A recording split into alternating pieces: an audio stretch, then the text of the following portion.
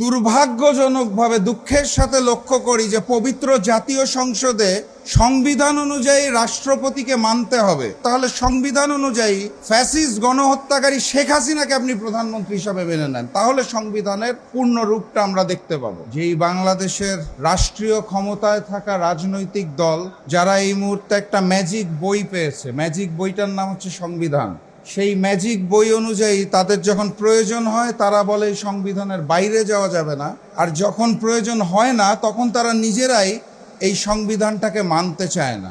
আমি খুব দুর্ভাগ্যজনকভাবে দুঃখের সাথে লক্ষ্য করি যে পবিত্র জাতীয় সংসদে সংবিধান অনুযায়ী রাষ্ট্রপতিকে মানতে হবে।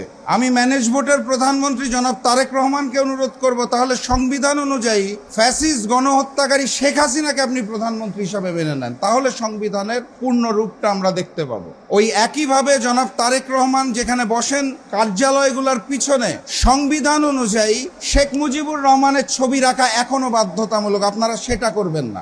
সংবিধান নামক ম্যাজিক বই প্রয়োজনে ব্যবহার করব, প্রয়োজন ছাড়া করব না, এরকম একটি মিথ্যাচার এবং মিথ্যার আশ্রয় নিয়ে যদি বিএনপি মনে করে জুলাইকে ধারণ না করে সামনের দিকে এগিয়ে যাবে, তাহলে সেই বাংলাদেশ, নতুন বাংলাদেশের যে জনপদ, যেই জনগণ, তারা প্রতিবাদ করবে এবং প্রতিরোধ করবে ইনশাল্লাহ।